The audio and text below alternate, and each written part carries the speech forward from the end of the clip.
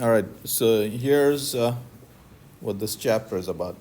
So this chapter is Gauss's law, and let's start off by telling you what this chapter is about.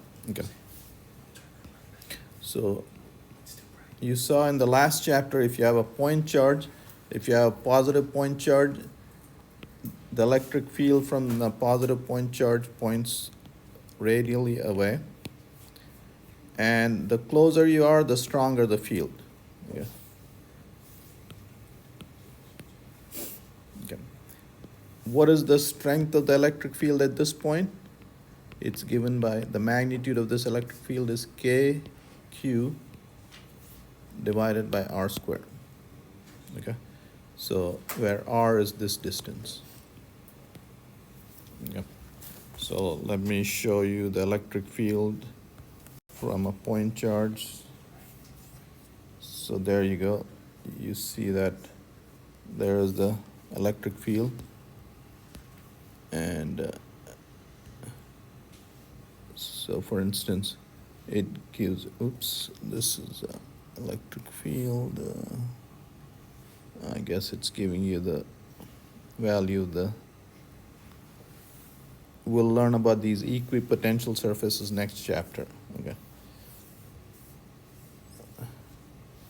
So there's the electric field. And in this simulation, the weaker fields are indicated by dimmer arrows. So the brighter the arrow, the stronger the electric field. So you guys understand this? Okay. And the electric field from a negative charge points towards the charge. Okay.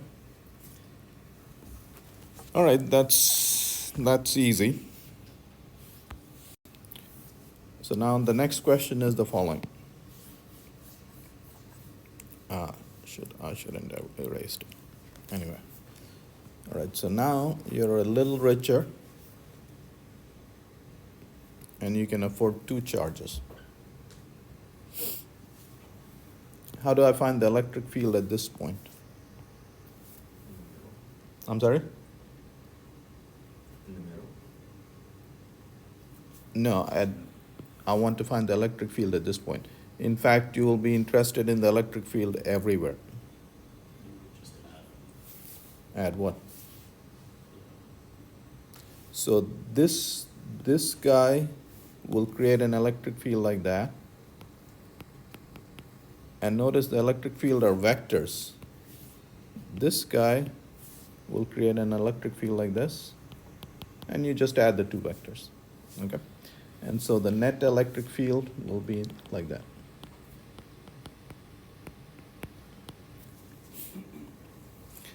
And now you have to do that for every point. You have to find the electric field everywhere. And that's a hard problem. Well, that's nothing. You know, you are rich enough to afford multiple charges.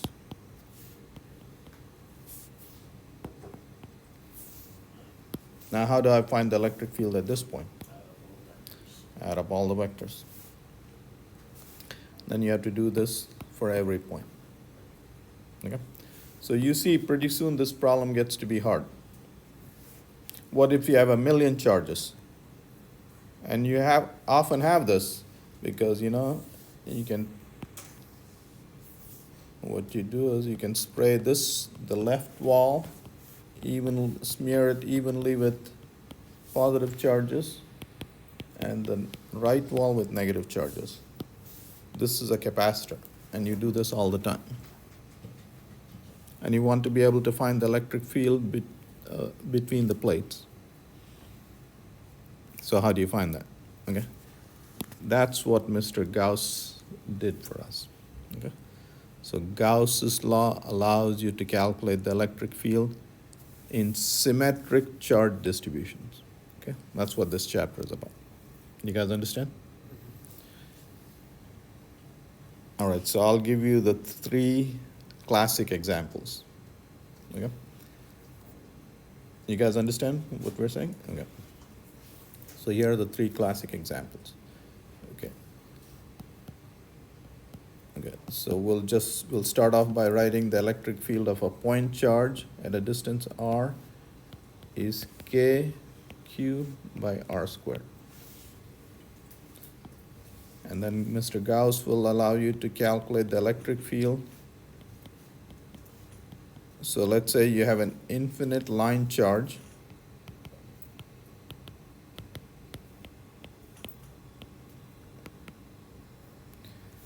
And this is characterized by lambda. Lambda is the linear charge density, meaning the charge on 1 meter of this line charge. Okay, so this is infinitely long. The electric field, if this is positively charged, the electric field will point like that. And the electric field strength is given by 2k lambda by r. Okay, so r is that distance. Okay, so how did we calculate the charge of this guy at that point? Gauss's law allows us to do that. Okay, so we'll see how to do that. You guys understanding this? You see, this is quite useful. We're not having to add infinite number of vectors. You would have to add this vector due to this piece. You would have, there's the field due to this piece, there's the field, and so on. Okay, so Mr. Gauss has allowed you to do that very easily. Here's an infinite sheet of charge. Again, these have to be evenly smeared with charge. So you can take a cellophane sheet, a plastic sheet. It has to be infinite. Evenly smear it with charge. Okay. So now I'll draw just a side view of it. So here is the infinite sheet. And this is characterized by sigma, that is the charge per unit area. So here's 1 meter square, and that's how much charge there is. Okay, and the electric field is given by sigma by 2 epsilon naught. So Mr. Gauss allows us to calculate that. Okay, and there's one other standard case, but that's the idea. Okay. See, if you were going to calculate the charge due to each point charge and add up all those vectors, you'd be here forever. Okay. So Gauss's theorem allows you to calculate this. Now I want to point out one thing before we get into the chapter. Okay. So from a point charge, the electric field falls off as 1 over r squared. From a linear charge density, the electric field falls off as 1 over r, much more slowly. You guys understand this? If I double this distance, the electric field is 1/4 as strong. So the electric field at this point, at twice the distance, is 1/4 as strong as this. In this case, at twice the distance, it's 1/2 as strong. So it's falling off much slower. Why is that? Because there are an infinite number of charges, okay? So the field is falling off slower. In this case, how's the field falling off?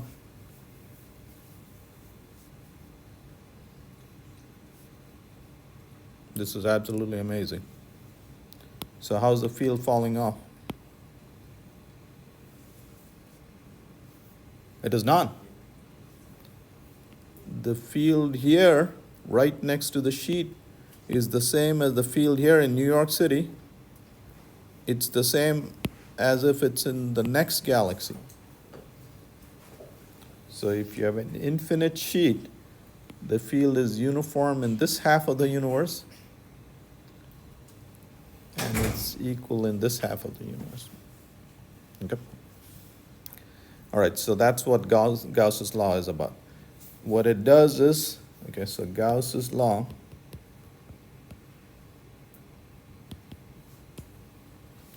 helps us calculate electric fields for symmetric charge distributions. Okay.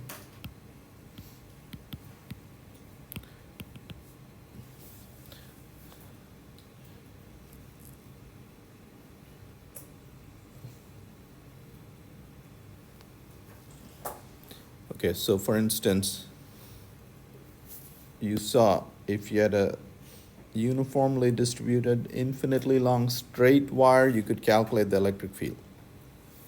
Okay. If you have a wire like this, even though it's uniformly distributed, now you can't calculate the electric field. Okay, so this you cannot calculate. This you can calculate. Okay, so that's what we mean by a symmetric charge distribution. All right, you guys understand this? Okay, so now let's get into the slides. So Gauss's theorem is a way to calculate electric fields for symmetric charge distributions. Okay. All right, so we'll first define something called an electric flux, but we'll start off by defining a material flux, okay, which it's easier to wrap your head around. So let's say this is a flowing river, okay, and what this is telling you is this is the velocity field. What do you think that means? What that telling you is that's the velocity of the water at that point, velocity of the water at that point, velocity of that water at that point. And you see these vectors are uniform. That means the velocity of the water is the same everywhere. So this is 5 meters per second, 5 meters per second, 5 meters per second, and so on. At every location, every point, the velocity is the same. Okay, so this is a river flowing. And then you can ask the simple question, okay, so I'll hold a ring like this, and you want to know how many gallons are flowing per second. What is the flow rate? Okay. And it turns out that the flow rate is just V, the velocity, times the area. So this is the flow rate.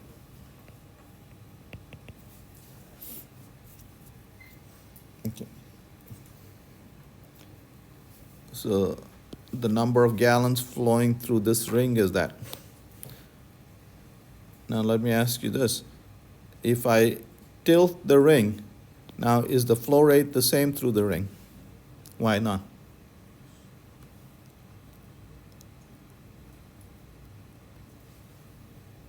So what matters is, you guys intuitively know it's not the same.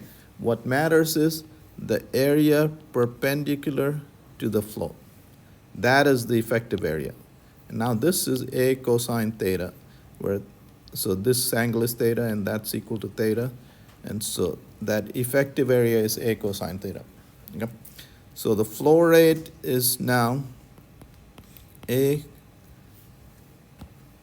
times cosine theta times V. Okay. Now this is a familiar expression. If you can define something called an area vector and a velocity vector, the velocity vector is A dot V. Okay. So here's how we define the area vector. Here's the area vector. The magnitude of the area vector is just the area, this area, and the direction is perpendicular to this area. Okay. So now the flow rate can be defined as A dot V. Okay. Let's make sure that this makes sense. So let's say if the area was like this, how much water is flowing through that ring? 0. Okay. If this were A, and here's the velocity, A dot V is 0. Okay. So that definition is good. Okay. So the material flux, or the amount of stuff flowing through, is defined as A dot V. Okay, so the flow rate is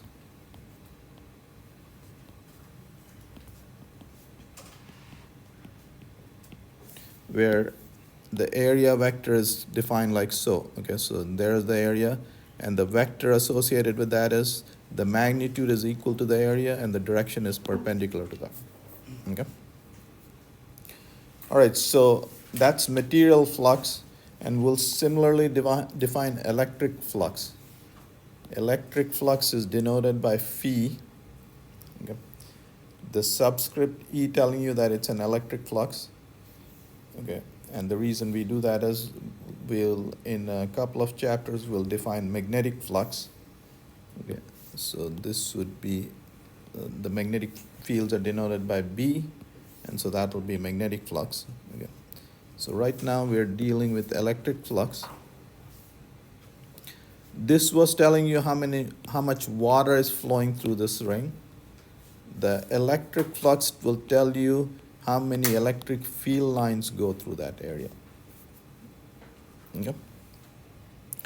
The strength of the field tells you the line density. Okay, so electric fluxes, you can think of, like I said, how many lines are threading that area. Okay, stronger the electric field, more lines are going through, okay, for a given area. So again, electric flux in analogy will be defined by A E dot area. Okay. Everybody understand that? Okay. So we are just building the language to be able to calculate electric fields in various situations. Okay. So for this area, there is the electric field. The area vector is pointing in this direction. There is the area vector pointing in that direction. Okay. And the flux through this is E dot A. So there is the electric flux. Okay. So for instance, if this angle was 90 degrees, E dot A would be 0. Okay. And the flux would be 0. You guys understanding this? Okay. What we'll be interested in is the flux through an enclosed surface. And the rules are following. Okay. If a field line is coming out of the enclosed surface, it's counted as positive. If a field line is going into the enclosed surface, then it's counted as negative. Okay. So now the question is there a net number of field lines coming out? Okay. This enclosed surface, imaginary surface, is called a Gaussian surface.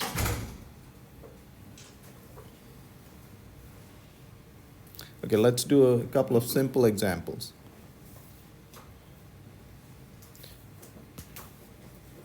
All right, here's a positive charge. How are the field lines look from the positive charge? They look like that, right?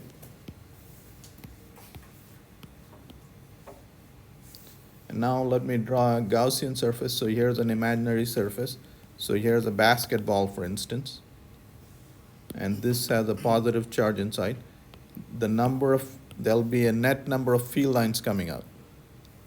The flux through this surface is positive. Did you guys understand that? Okay. Let's do another example.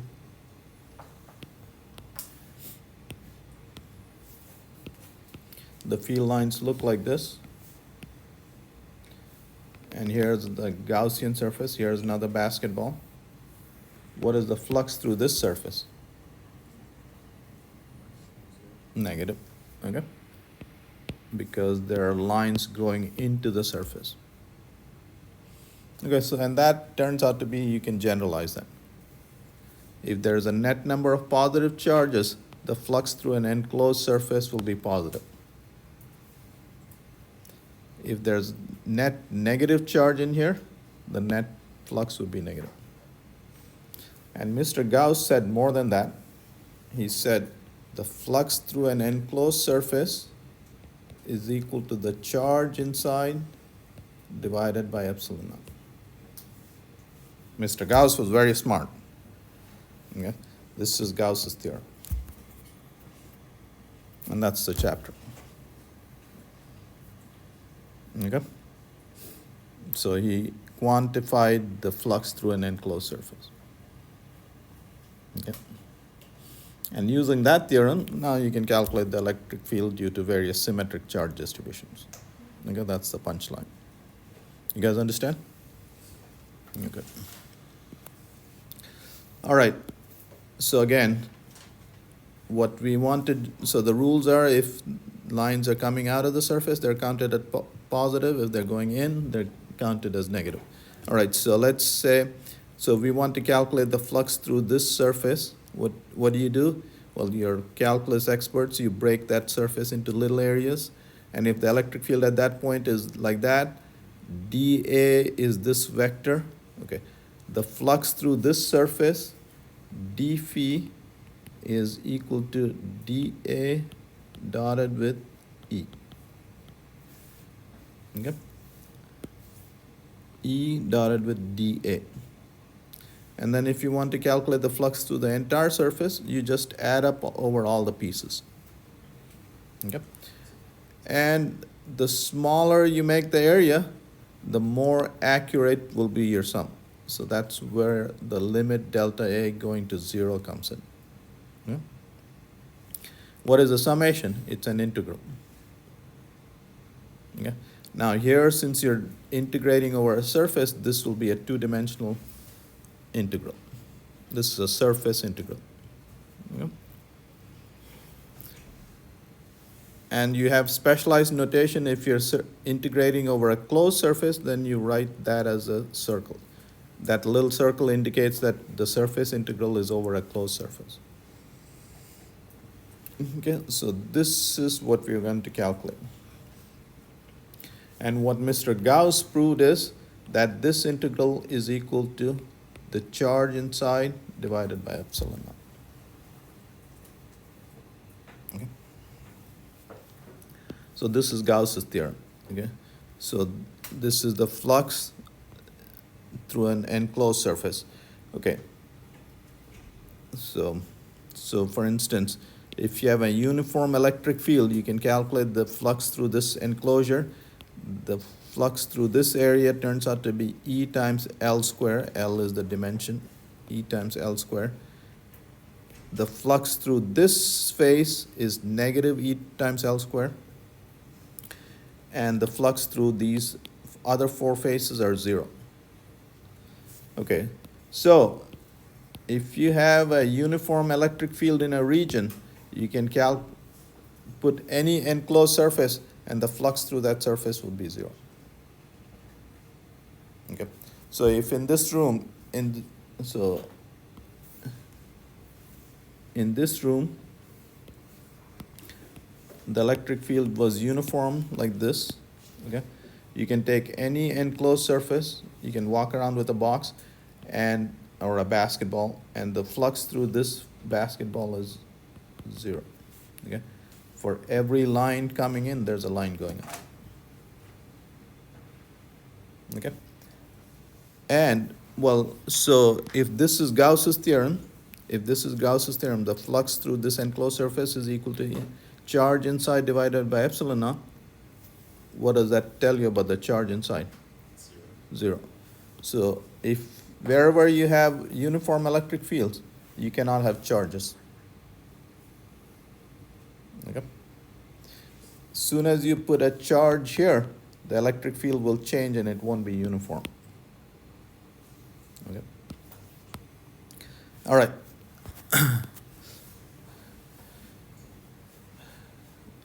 So again, so here's an example where the flux is 0 whenever you have a uniform electric field. It can be shown that through any enclosed surface, the flux will be 0. This is shown for a very simple case, okay? But that can be generalized. So Gauss's law says, okay, the flux through an enclosed surface. So here are different Gaussian surfaces. Here's one Gaussian surface. A Gaussian surface is an imaginary surface. Okay, here's another Gaussian surface. Here's another Gaussian surface. Here's another Gaussian surface. Okay, you see through this guy, the flux is 0. For every line coming in, it's going out. Okay? What Mr. Gauss said is through an enclosed surface, the flux is equal to the charge inside divided by epsilon naught. Okay, epsilon naught is a constant. It's known as the permittivity of free space. And there's the value of, okay? And that epsilon naught is related to the Coulomb's constant like so, okay? And that formula is in one of the previous chapters, okay? Okay, so if you're an engineering major, they like to use epsilon naught. All right, so here's the Gaussian surface. The charge inside is 0. The charge inside is 0, so the flux will be 0. For this Gaussian surface, you can see that lines are coming out, okay? The net flux is positive. That's because there's a positive charge inside. For this Gaussian surface, you see that there's a net flux of negative. Lines are going in. This is negative. That's because there's a negative charge inside. Okay. For this surface, there are some lines that are coming out, but there are some lines that are going in. So if the two charges are equal, the number of lines coming out will equal the number of lines coming in. Okay. Okay. So if these two charges add up to 0, then the net flux will be 0. Okay. So did you guys understand that? All right. So again, here's Gauss's law. The net flux through an enclosed surface, which was this surface integral, is equal to,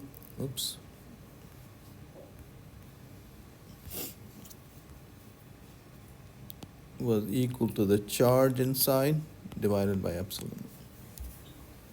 Yep. And we can use that law to calculate the electric field for symmetric distributions. So that law is what was used to calculate the electric field due to this guy. In this situation, see an infinite number of charges. For this situation and many other symmetric distributions. Okay. All right, I will show you one simple case and then tell you results. Okay, so for instance, all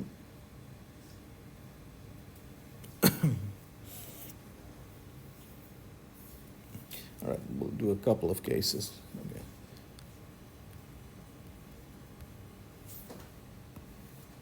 So here's a point charge.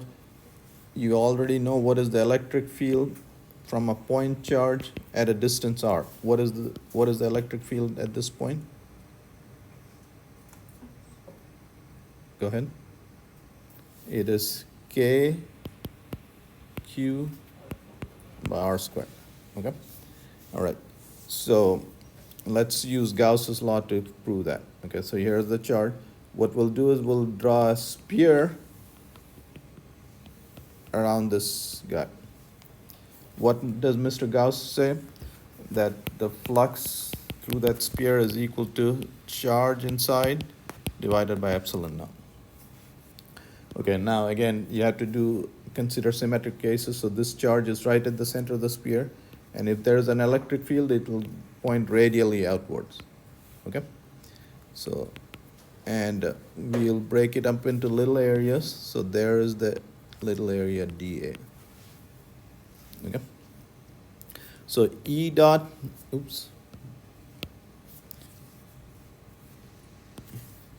d phi is E dot dA. E and dA are parallel, so it's just E times dA. Okay?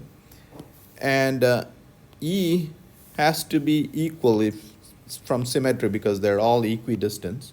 Okay? So d phi. So the total flux is summation over d phi, which is E dot dA. All right, but the strength of the electric field is the same, so E is constant. We'll pull that out. E dA. What is the sum of all these areas? The sum of all these areas. That's the area of the sphere, surface area of a sphere. And what is that? What is the surface area of a basketball of radius r? That's the volume. So this is E times 4 pi r squared. That's the surface area. Area has units of r squared, okay? But what does Mr. Gauss say? So there is the flux, but the flux is equal to charge inside divided by epsilon naught. Okay? So E times 4 pi r squared equal to charge inside divided by epsilon naught. Is that 4 pi where the conversion from epsilon to the other constant comes from? Yeah, so we're getting there. So E is Q divided by 1 over 4 pi epsilon naught divided by r squared. And this guy is K. So the electric field is K Q by r squared, which is the expression we knew. And we have derived that from Gauss's law.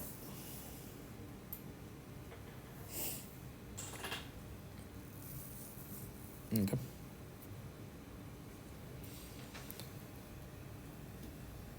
All right. Now I want you guys, I'll give you a few results and I want you guys to remember these. So pay close attention because in your engineering classes, this will all be useful. Okay. Did you guys understand that? Well, go home and think about it anyway. Okay, so here's Gauss's law. That is the flux through an enclosed surface, and that is equal to the charge inside divided by epsilon naught. Okay, that's Gauss's law. If the net charge is 0, then the flux through that surface will be 0. Okay. What is a Gaussian surface? It's an imaginary surface. Okay. How many different Gaussian surfaces are there? Infinite. Okay. All right. You can draw. I guess now let me. So, what is the flux through this surface? 0. What is the flux through this surface? 0, positive or negative? Positive. All right. Okay. You guys understand? All right. Okay, so this slide shows you the derivation of Coulomb's law using Gauss's law. Okay? This is Coulomb's law. Okay, so again, the electric field due to a point charge. This is Coulomb's law. Okay? And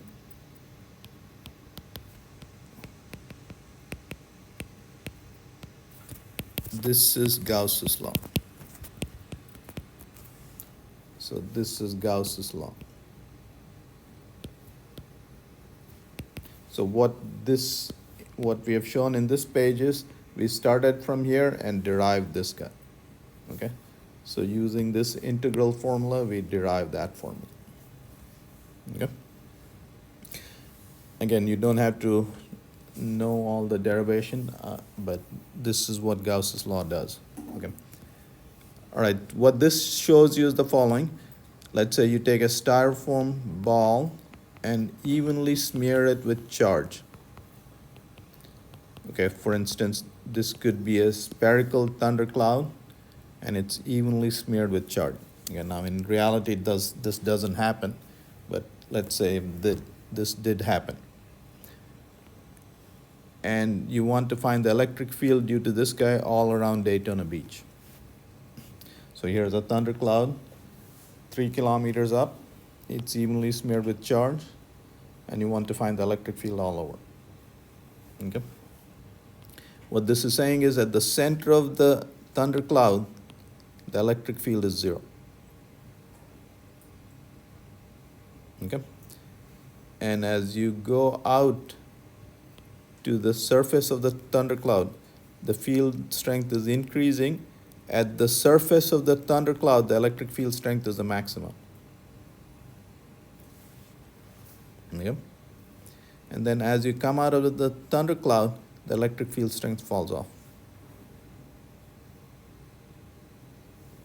That's what it's saying. Now here's another amazing thing it's saying. Once you're outside the thundercloud, when you're here, the electric field is EKQ by R squared. Well, you've seen this expression before. It's as if the field was that of a point charge, as if this thundercloud was a single point. Okay. So once you're outside a uniform distribution, this acts like a point charge. Okay. So that's what Gauss's law tells you. Okay. So outside it's acting like a point charge, and inside the field rises linearly. At the center, the field is zero. And this is how exactly gravitation acted as well. If you guys remember, if you were to go to the center of the earth, your weight would be zero. The gravitational force on you is zero. Okay? And for a uniformly distributed matter in the earth, your weight would be the maximum at the surface and then fall off as 1 over r squared.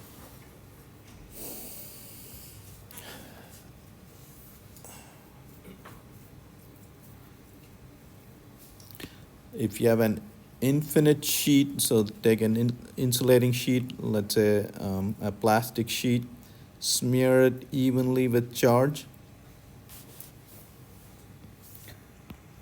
The electric field, so this is positively charged, let's say, the electric field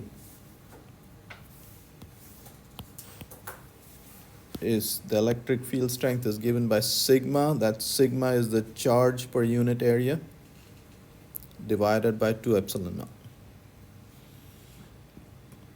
Okay, again, the field does not depend on the distance. 1 millimeter from the sheet, the field is this. And in anywhere in this half of the universe, the field is the same strength. Okay, so absolutely amazing result. Okay, so 1 millimeter from there, it's the same, and in the next galaxy, the field is the same. Okay, for an infinitely plane sheet. Okay. Again, do we have an expression if you wrinkle the sheet? No, we don't. Okay. So Mr. Gauss gives you the electric field expression for the electric field only for very symmetric charge distributions. I'm just giving you results because I just want you to remember it. I don't want you getting lost in the derivation.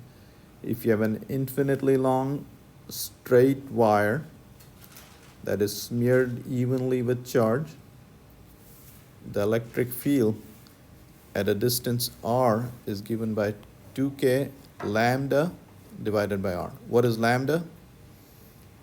That's the linear charge density, meaning how much charge there is per meter.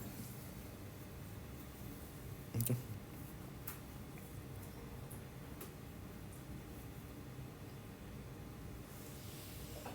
All right. Now, so here are some facts you have to remember. Conductors in electrostatic equilibrium. What do we mean by conductors? So we are talking about electric conductors. Material that conduct electricity well. Can you give me an example? Gold, steel, copper. Okay, so that's why you use copper wires and so good conductors. Okay, so here let's say this is a chunk of copper. Okay, now if you connect it to a battery, that'll drive a current through this thing, and the electric field inside will not be zero. So this is not an equilibrium situation. This is a non-equilibrium situation. But let's say here's a chunk of copper, and you go to a store and buy and throw a bunch of charges what you find is these charges distribute themselves so that the electric field inside this metal is zero. Okay, so in the electrostatic case, inside a conductor, the electric field is always zero. Okay.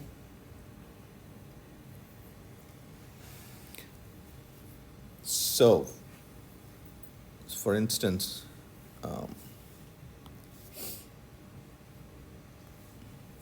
so here's a room. Okay, you smear the left wall with the positive charges, and the next right wall evenly with negative charges. So this is the situation in a capacitor we'll learn about. Okay, and the electric field is uniform in here, and the electric field strength sigma is the charge density is given by sigma by epsilon naught. Okay.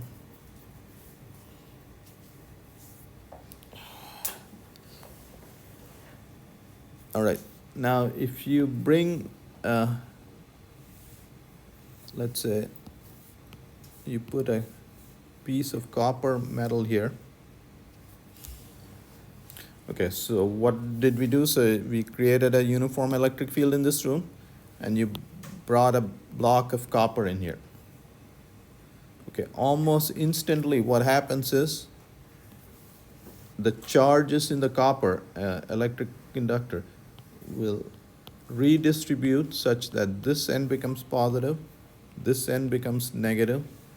This will create a field like that, and these two fields will cancel each other. Okay, and the electric field will go to zero.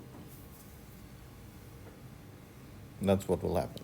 Okay, so in an electrostatic case, if there is an external field, okay, what did this copper do? It shielded inside this copper. This electric field is shielded. It goes to zero. Okay. Now this, I did this for a solid thing, but you can have a shell, a metal shell, and inside this metal shell, the electric field will be zero. This is what is called a Faraday's cage.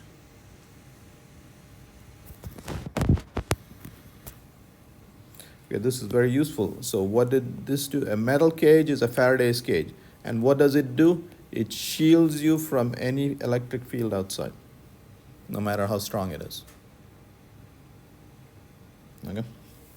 So for instance, if this field was strong enough to have lightning outside, if you're inside a metal cage, then you won't be struck by lightning. Okay, so your car, which is metallic, in a thunderstorm, that's one of the safer places to be, inside your car. Okay, so for instance, here is a picture. There is a metal cage. Okay, and here is lightning happening outside. The electric field is strong enough, but this person is safe. Okay, because the electric field inside this Faraday's cage is zero. So for instance, you can go to buildings which have a lot of metal in them, and you don't get a cell phone signal in there. Okay.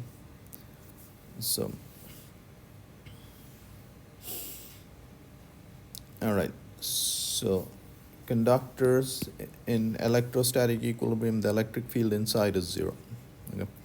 Now, so if you have, again, a metal conductor, and if you put any excess charge here, all the charge redistributes such that E is zero. Okay, that's what drives the distribution of this charge. And if you put any charge, that charge will reside on the outer surface. There will be no charge on inside surface. Okay, that's the only way you can have electric field in the bulk material zero. Okay. So again, this is in an electrostatic equilibrium. When you connected a metal to a battery, electric field is not zero inside. Okay? This is a dynamic situation. This is the equilibrium's electrostatic case. So again, a Faraday's cage is just a metal cage. And what is it doing? Here's the external electric field, and it's shielding you from the external electric field. Okay? This field can be as strong as it wants. Okay? It can be creating lightning outside, but inside you're all safe. Okay?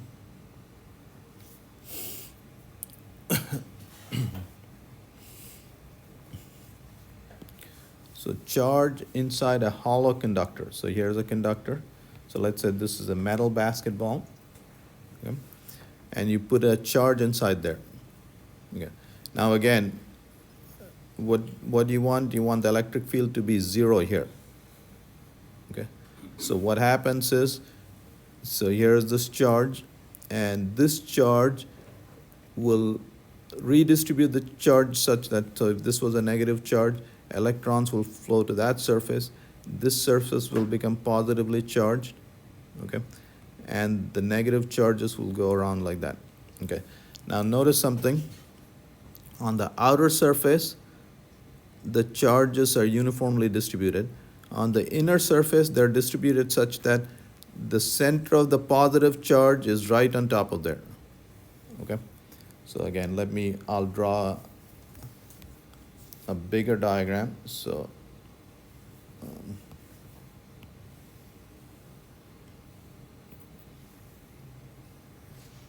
okay, so let's say I put a negative charge here. You'll get positive charges redistributed such that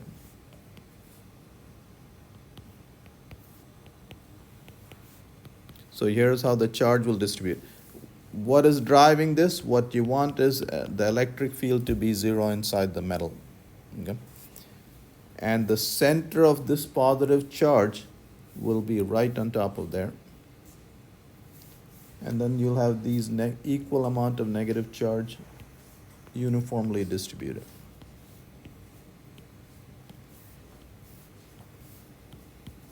So if this was minus 5 coulombs, you have minus 5 coulombs here, and plus 5 coulombs here. Okay? So that's how the charges will distribute such that this is, okay? So if you're outside here, you see this charge. You'll see an electric field like that, okay? And this electric field is as if it's a point charge. Okay. So anyway, so that's how a charge inside a hollow conductor behaves. Okay. And you see that electric field is uniform. So looking at it from outside, you don't know where the charge is. It can be anywhere, and the electric field will be the same. Okay. So this metal has shielded the negative location of the charge, negative charge. So if you're outside, you can't tell where the negative charge is. Okay.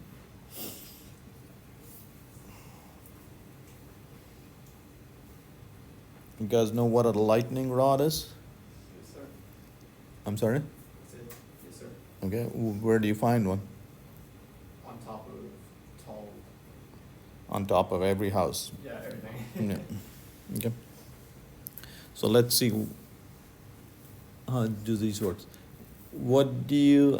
How strong an electric field do you need to break down air or to start lightning? 3 million volts per meter. Very good, bro. So you want the electric field to be greater than 3 million volts per meter to get lightning started. All right, we just learned something. We learned that if you throw a bunch of charges on a piece of metal, it redistributes on the surface, and it redistributes such that you learn that this will be an equipotential surface, and the electric field will be perpendicular to the surface. Yeah. Now, So here's an easy way to remember. See, what do the charges want to do? These are like charges. They want to repel each other. They want to be as far away from each other as possible. Now you come to a sharp corner. This guy cannot fly out of the surface. So near a corner, they're more dense. Okay, this guy, if this is sharp corner, he can't fly away, so he has to be close to him. Okay, and the electric field is given by the surface charge density divided by epsilon naught. Now here near the sharp corner, the charge density is higher, so the electric field is higher. So wherever you have sharp corners, the electric field strength is higher. So you can see that here. So here's a metal piece, and that's charged, and you can see that the electric field is higher here. Okay, so if you have a sharp object, that's where the electric field strength will be highest, and that's where it's likely to go over 3 million volts per meter. So that's where lightning would start. So here's the idea. Here you have a thundercloud, you have a house here, okay, and what you do is you put a metal wire with a spike in it. And so if the electric field strength gets to be greater than 3 million volts per meter, lightning will start here, and this will be harmlessly, that electric current will be harmlessly conducted through this metal wire to the ground and not go through your house. Okay? So that's why you have lightning conductors, so your house doesn't get burned up. Okay. In fact, Florida is the lightning capital of the world, sort of. So we have lightning research going on all over. We have a whole bunch of lightning conductors. NASA has a whole bunch of lightning conductors on top of the health science building across the street. Yeah. All right. This is another proof of using Gauss's law of, and this is proof of Gauss's law, but I won't go through the proof. What I want you to remember is, well, what I want to go over is solid angles. So I want to introduce you to solid angles. Okay, so you all know this guy. Here's a circle. Here's an angle theta. Here's the arc length r. And this angle is related to the arc length divided by the radius of the circle, like so. Okay, and this angle is in radians, the units for this guy. Okay, so this is a one-dimensional curve. You can generalize this to a two-dimensional surface, or to any dimensions. In 2 dimensions, that's an area. Okay, and the area divided by the radius. So there's the area. So this area divided by cosine theta, that gives you the projection of the area. So on the sphere, that little area divided by r squared is called the solid angle. Okay, so that's the solid angle. Okay, so the solid angle for a sphere, what is the area of the surface area of a sphere? Okay. I'm sorry? Isn't it 4 pi r squared divided Yeah. by 3? 4 pi r squared. Okay, but before we go there, what is the total angle here? Total angle is 2 pi r divided by r, 2 pi radians. In a circle, you have 2 pi radians. The solid angle for a sphere, the surface area is 4 pi r squared divided by r squared is 4 pi. And the units are steradians. Okay, so that's the solid angle at the center of a sphere. All right, and again, you can generalize that to higher dimensions. Okay, so this is radians, this is steradians. Okay. All right, that finishes.